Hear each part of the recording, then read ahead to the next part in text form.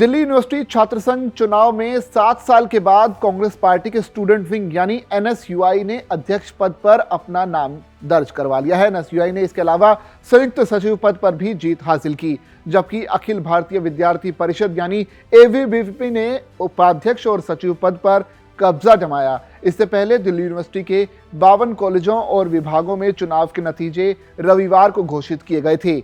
सोमवार को डूसू के केंद्रीय पैनल के लिए हुए चुनाव के मतदान की गणना सुबह 8 बजे शुरू हुई थी।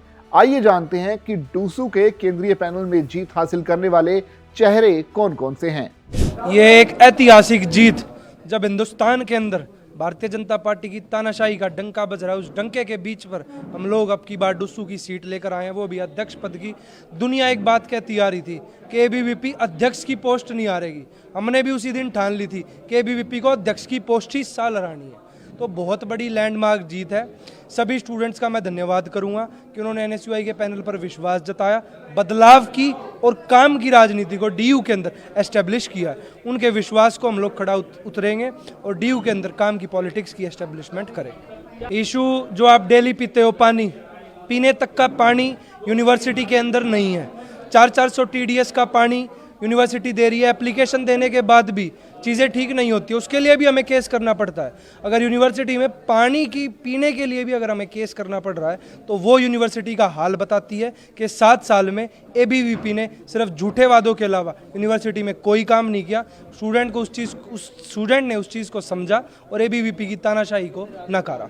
सबसे पहले इंफ्रास्ट्रक्चर डेवलपमेंट की रहेगी, जो फंड्स हैं वो इंफ्रास्ट्रक्चर के लिए यूज़ हों। उसके बाद एजुकेशनल रिफॉर्म्स, टीचर्स टाइम पे क्लास ले, एक अटेंडेंस पॉलिसी का प्लस में मार्किंग स्कीम का एस्टेब्लिशमेंट हो, ताकि एजुकेशन के साथ साथ इंफ्रास्ट्रक्चर भी डेवलपमेंट पे हम लोग फोकस कर सकें। जिस तरह का प्यार दिल्ली विश्वविद्यालय के प्रत्येक छात्र ने मुझे दिया है, तो इसमें कहने की तो कुछ ज़्यादा बचा नहीं है। इसमें सिर्फ इतना है कि जिस तरह का विश्वास उन्होंने मेरे पर जताया है, चुनाव से पहले ये वादे सबके रहते हैं कि मैं आपके बीच रहूँगा, आपका काम करूँगा, आपके साथ रहूँगा, और जो प्यार उन्होंने मेरे ऊपर जताया है, मैं आज जीतने के बाद ये विश्वास दिलाता हूँ कि ये प्यार, ये संघर्ष और लोकेश चौधरी आपके साथ पूरे साल इसी तरीके से रहेगा। जब भी दिल्ली विश्वविद्यालय के किसी भी छात्र को लोकेश चौधरी की ज़रूरत होगी तो 24 घंटे और 7 दिन लोकेश चौधरी उनके साथ खड़ा मिलेगा। जी बिल्कुल, अगर स्टूडेंट्स ने वोट नहीं दिया तो ये तो उनके ऊपर था, उनकी चॉइस थी, राइट।